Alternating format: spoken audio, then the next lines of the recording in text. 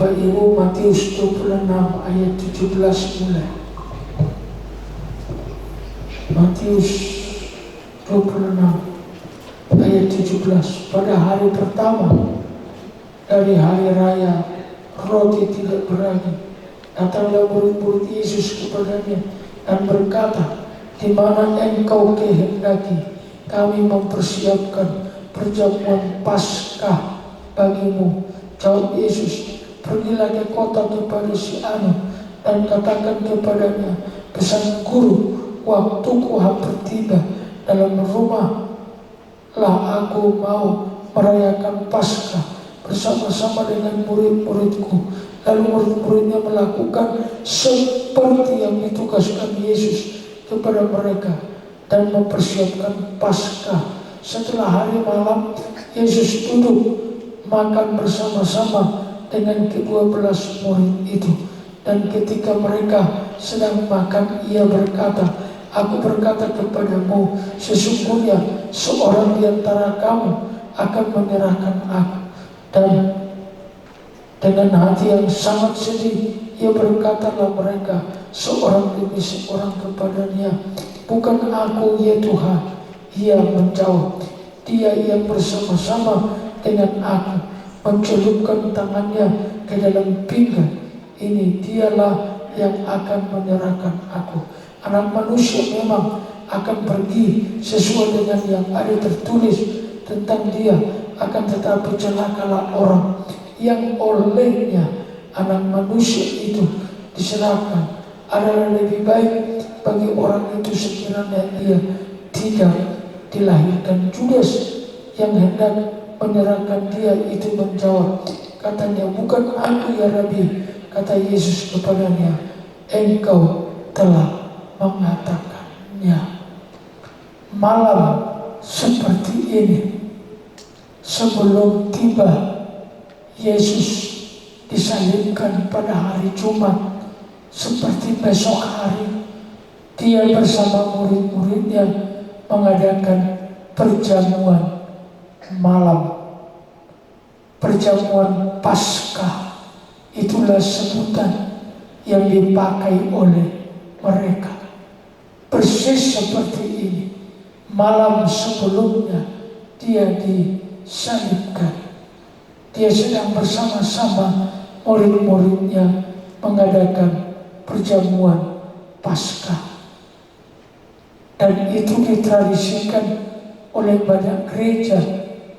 Seperti ini, malam sebelum Jumat Agung biasanya mereka berkumpul lalu mengadakan perjamuan. Kita besok melakukan perjamuannya untuk mengingat kematian Tuhan. Apakah kebenaran yang diajarkan oleh perjamuan kepada kita? Yang pertama, setelah kita makan daging, minum darah Yesus, kita menjadi satu dengan kehidupan Yesus.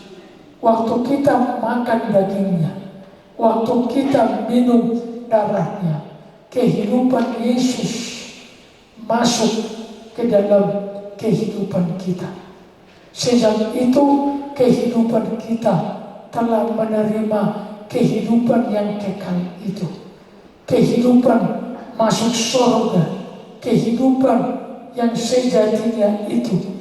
Hidup kita bukan sekedar hidup karena bernapas lagi, tetapi kehidupan Kristus yang ilahi itu masuk dalam tubuh kita, sehingga kita tidak manusia duniawi lagi, tetapi kita telah dijadikan menjadi ciptaan yang baru, menjadi manusia roh, manusia yang dibaharui, manusia yang sudah dihidupkan oleh kehidupan Yesus. Kita bukan manusia duniawi lagi. Ingat ini. Sejak kita minum darah Yesus, sejak kita makan daging Yesus melalui perjamuan, kita sedang menerima kehidupan Yesus masuk ke dalam kehidupan kita. Seharusnya kita percaya ini. Seharusnya kita pegang ini. Iblis tidak berkuasa lagi di dalam hidup kita. Dosa tidak berkuasa lagi atas hidup kita. Tetapi yang berkuasa adalah kehidupan dari kehidupan yang dimiliki oleh Yesus itu. Kita bisa menang atas segala pencobaan. Ingat itu, karena kehidupan Yesus ada di dalam kita. Sejak kita terima tubuhnya, kita terima darahnya. 1 Yohanes 3 ayat 2 berkata, saudara-saudaraku yang kekasih, sekarang kita adalah anak-anak Allah, tetapi belum nyata apa keadaan kita kelak. Akan tetapi kita tahu bahwa apabila Kristus menyatakan dirinya, kita akan menjadi sama seperti Dia, sebab kita akan melihat Dia dan dalam keadaannya yang sebenarnya. Kelak kita akan sama dengan Dia, kata Alkitab.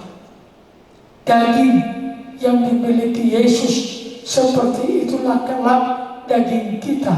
Kehidupan yang dihidupi oleh Yesus, begitulah besok kehidupan kita. Yesus yang berkuasa atas kita. Iblis tidak berkuasa atas kita. Pencobaan pun tidak berkuasa atas kita. Maka percayai kebenaran ini.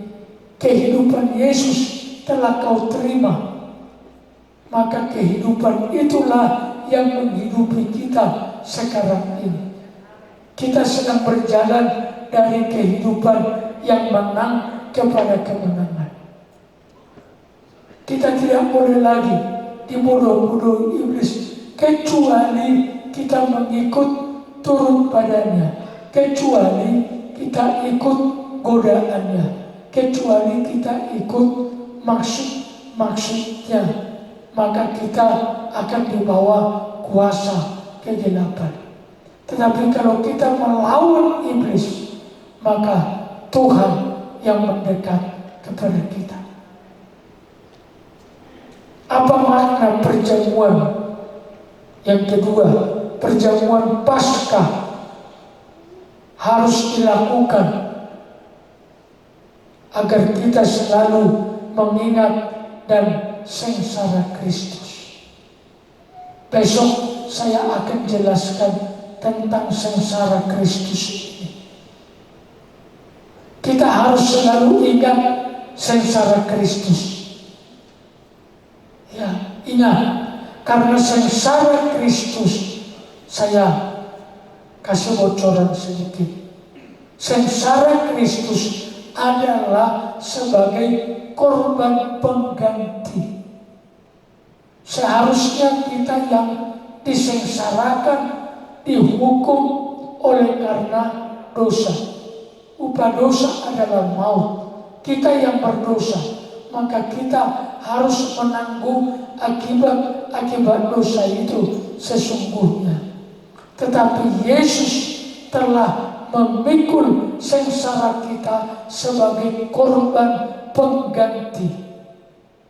Ingat itu, sengsara kita sudah dipikul Kristus, sudah dibayar lunas oleh Kristus. Kita tidak lagi harus menanggung akibat dosa yang kita lakukan ataupun akibat dosa yang kita terima dari nenek moyang kita, dosa turunan itu sudah diganti. Maka Yesus harus menderita. Yesus berkata, lakukanlah ini, artinya perjamuan, supaya engkau mengingat kematian Kristus sampai aku datang. Mengingatnya maksudnya bukan sekedar ingat Yesus disalibkan, bukan. Tetapi harus kita ingat bahwa Yesus sudah mati sudah memikul sengsara kita sebagai korban pengganti. Ibarat kita pinjam uang di Pegadaian, Yesus sudah melunasinya. Kita tidak harus memikul lagi, kita hanya menerima anugerah Tuhan. Ini penting diingat. Untuk apa? Supaya kita tidak ditipu oleh iblis. Kalau kita tidak ingat kematian penderitaan Kristus, iblis bisa mendakwa kita, menipu kita dengan berkata, sengsara itu karena dosamu, sengsaramu, pencobaanmu karena dosamu. Bukan. Kalau ada pencobaan, tidak selalu karena dosa kita. Kemarin saya bicara dengan seseorang di antara kita. Di kitab Petrus dikatakan, tujuan pencobaan itu memurnikan iman.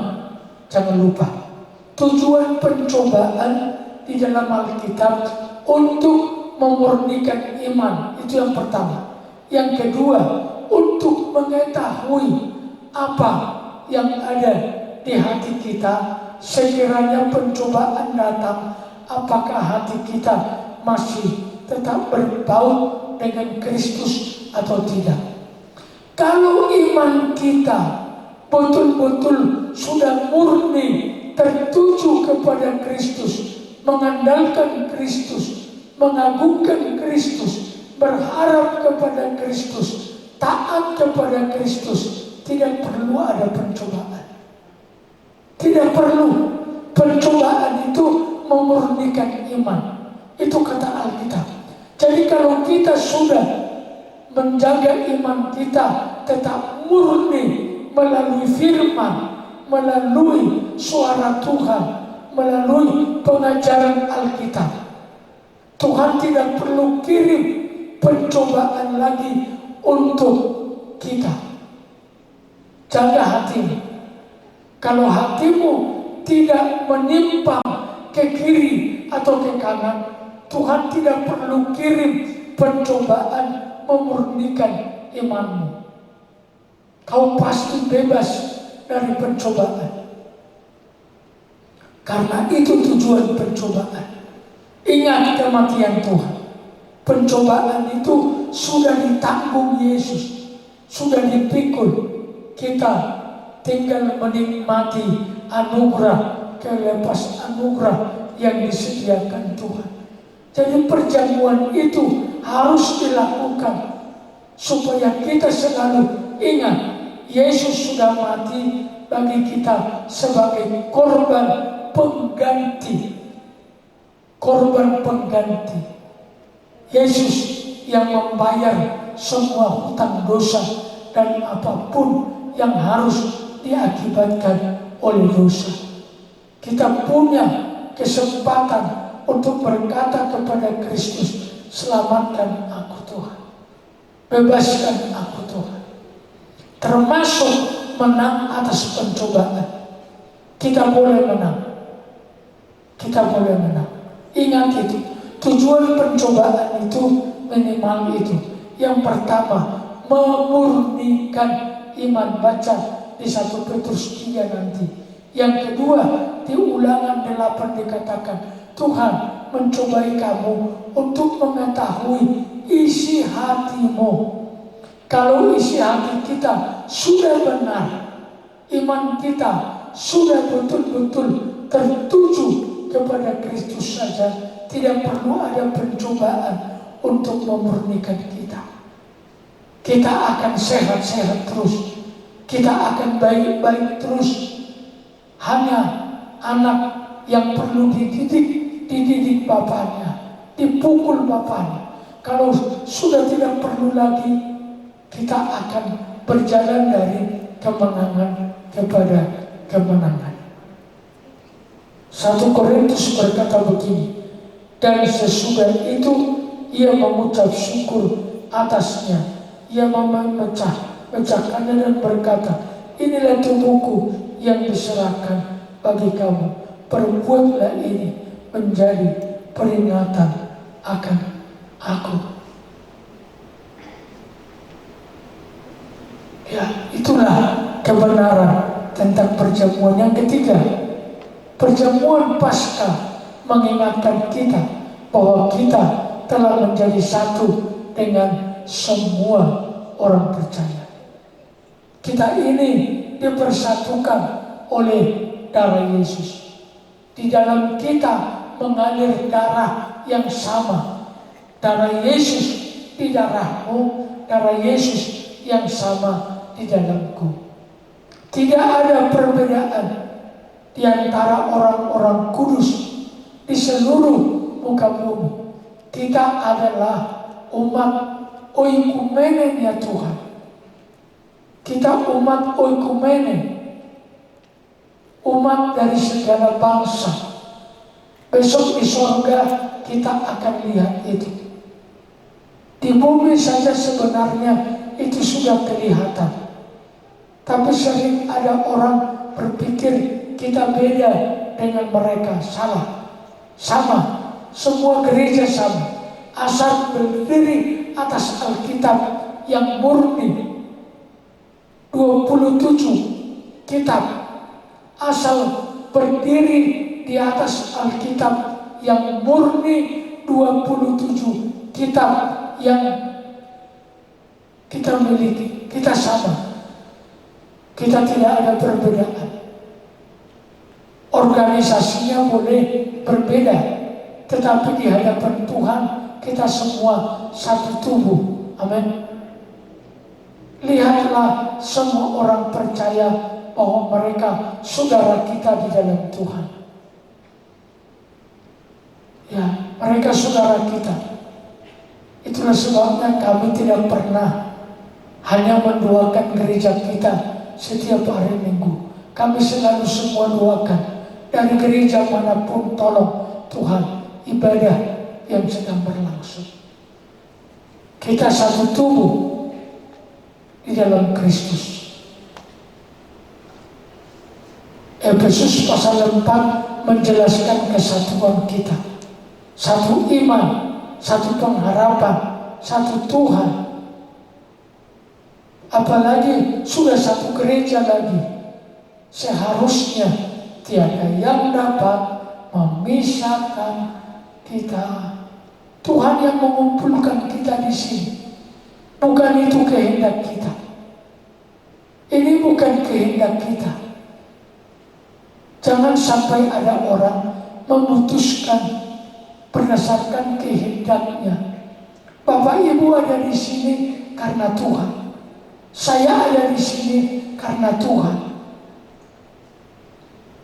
Mungkin ada yang lebih baik, gembala yang lain, lebih pintar, lebih bijaksana. Tapi sayalah yang diutus Tuhan ke sini. Mari kita jaga persaudaraan kita yang suci di dalam Tuhan.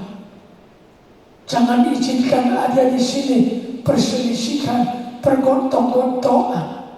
Jangan. Kebencian, kepahitan tidak boleh.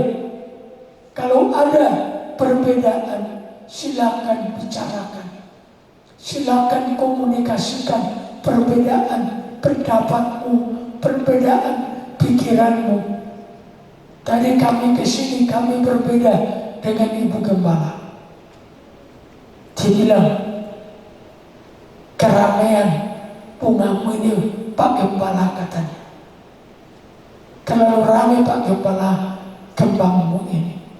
Ya saya bilang, ya udah kurangi aja. Oh saya hanya ingin supaya berbeda saja. Aku juga nggak tahu sejauh mana sini kembang. Aku juga nggak tahu. Tapi apa yang bisa saya lakukan, saya lakukan. Perbedaan itu ada, tapi jangan jadi masalah. Amin. Tidak boleh. Di gereja ini hanya boleh ada damai.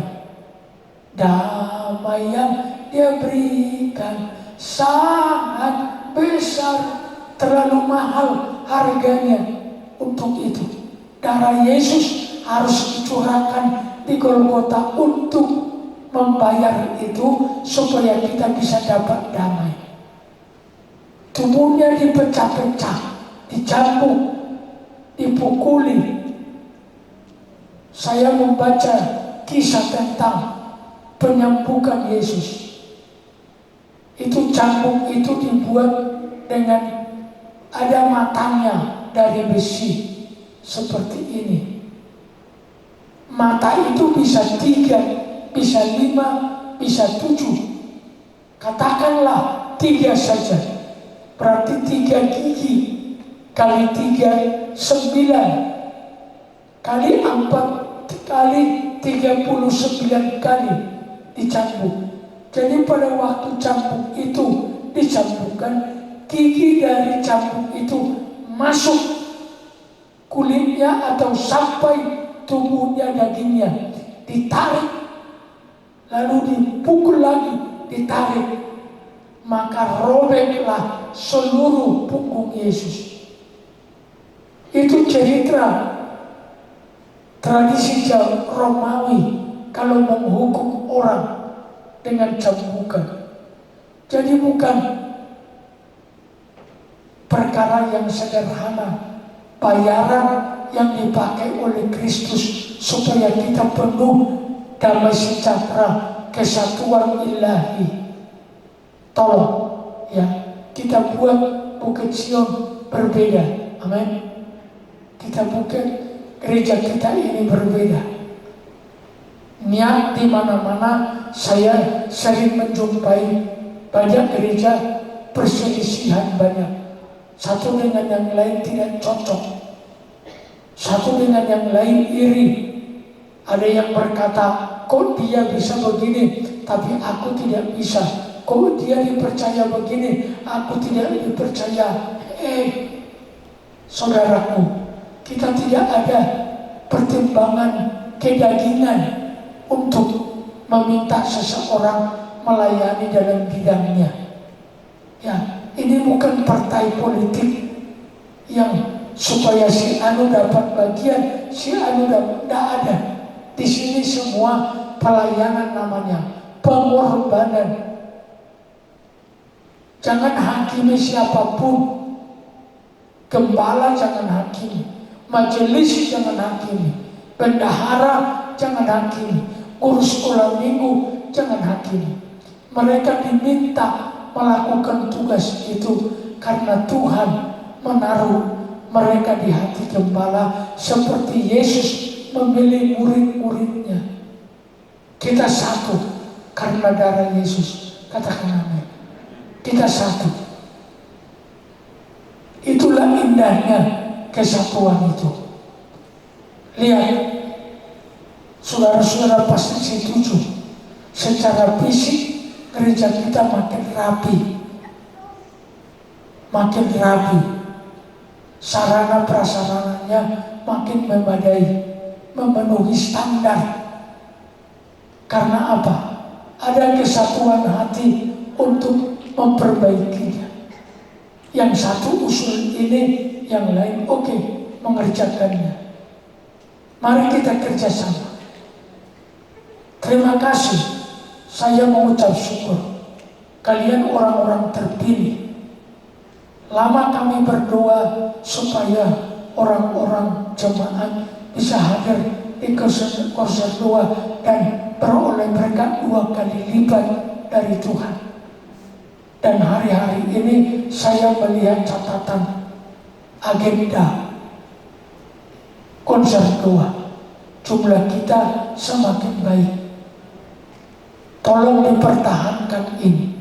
Mari kita jaga kebersamaan ini sebelum Tuhan datang. Besok akan bisa banyak terjadi penyesalan karena selagi ada waktu kita tidak menggunakannya maksimal. Jangan buang waktu kesempatan ini. Selalu ada kesempatan, tapi juga selalu ada waktu untuk tidak ada kesempatan. Mulai tahun 2020 Maret, ada banyak kesempatan hilang, lenyap. Kita pengen tapi tidak bisa. Kita ingin tapi tidak bisa.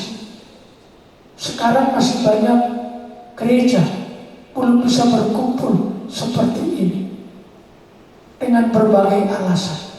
Tapi puji Tuhan, kita sudah bisa gunakan kesempatan ini. Mari layani Tuhan. Kita bersama-sama. Ya. Tidak pernah kita rugi untuk melakukan yang terbaik bagi Tuhan.